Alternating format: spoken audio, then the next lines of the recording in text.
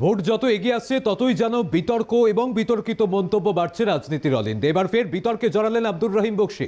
নামের সামনে পিছনে টাইটেল, বিড়ম্বনায় অনেককে হিয়ারিংয়ে ছুটতে হবে, খসড়া তালিকায় অনেকে হয়রান হবেন, সেই হয়রানি হবে বেশিরভাগ মুসলিমরা, এমনটাই মন্তব্য করেন আব্দুর রহিম বকশী। ঠিক কি বলেছেন আপনাদের শোনায়।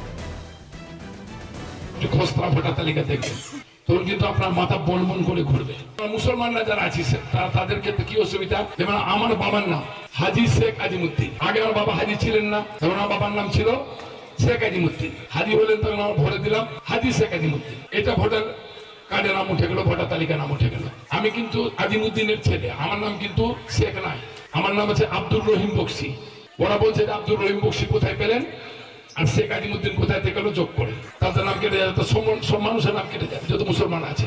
অর্থাৎ যত বেশি করে আমাদের নাম বাদ দেওয়া যায় সেই চেষ্টা বিজেপিরা করছে, যাতে করে বিজেপি সরকার ক্ষমতায় এসে এটাকে একটা উত্তরপ্রদেশ গুজরাট তৈরি করতে পারে। কিন্তু ভোটার তালিকা থেকে নাম দিলে আপনার ডিটেনশন ক্যাম্পে পাঠাবে, না গোলা ধাক্কা দিয়ে বাংলাদেশে পাঠিয়ে দিবে। এবার আপনাদের শোনাবো নিজের এই বক্তব্যের প্রেক্ষিতে কি সাফাই দিয়েছেন আব্দুর রহিম বকশী। আমরা আজকে শুনতে পেয়েছি যে নতুন একটা নোটিফিকেশন হচ্ছে, যেখানে বাবার টাইটেলের নামের সাথে মিলানো হচ্ছে, তাহলে তাদেরকে হেয়ারিংয়ে ফেলে দেওয়া হবে। তো মুসলিম সমাজের মধ্যে তো হেয়ারিং টাইটেলটা সেভাবে যুক্ত করা নয়। যেন আমাদের হিন্দু সম্প্রদায়ের মধ্যে কেউ ব্যানার্জি, কেউ চ্যাটার্জি, কেউ মণ্ডল, কেউ সরকার, তো ফ্যামিলিও তাই। আমাদের মধ্যে কেউ মোহাম্মদ লিখছে বাপ, তো ছেলে আহমদ লিখছে, বাবা শেখ লিখছেন, তো ছেলে বক্সি লিখছে, এইরকম আমাদের মধ্যে ভাগ করা আছে।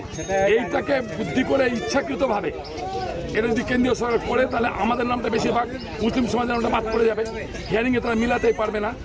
এরকম চক্রান্ত হতে পারে, আমরা আতঙ্কিত আছি, আশঙ্কা প্রকাশ করছি। বলে সবাইকে তাদের ডকুমেন্ট রেডি রাখার জন্য বলেছি। আব্দুর রহিম বকশী তার এই মন্তব্যের পর তার যে নিশানায় নির্বাচন কমিশন এবং বিজেপি নাম না করে তিনি সেই নিশানা করেছেন, এটা কিন্তু স্পষ্ট স্থানীয় বিজেপি নেতৃত্বের কাছে। বিজেপি নেতৃত্ব কি বলছে শোনাবো আপনাদের। বলেই রহিম বকশী সাহেব একজন, আমার মনে হয় না যে শিক্ষিত মানুষ, কারণ শিক্ষা যদি ওনার থাকতো তাহলে এই ভাষা বলতেন না। কোনো রাজনৈতিক দল এবং ইলেকশন কমিশন সেই দুটো এক বিষয় নয়। রাজনৈতিক দলের সাথে ইলেকশন কমিশনকে তিনি মিলিয়ে ফেলছেন, গুলিয়ে ফেলছেন।